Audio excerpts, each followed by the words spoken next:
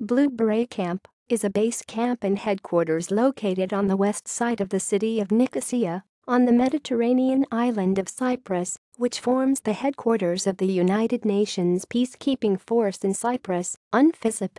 History. The camp was established within the United Nations buffer zone in Cyprus in 1964 to provide a command center and residential accommodation for troops of the 7 contingents serving with the United Nations Peacekeeping Force in Cyprus, UNFICYP.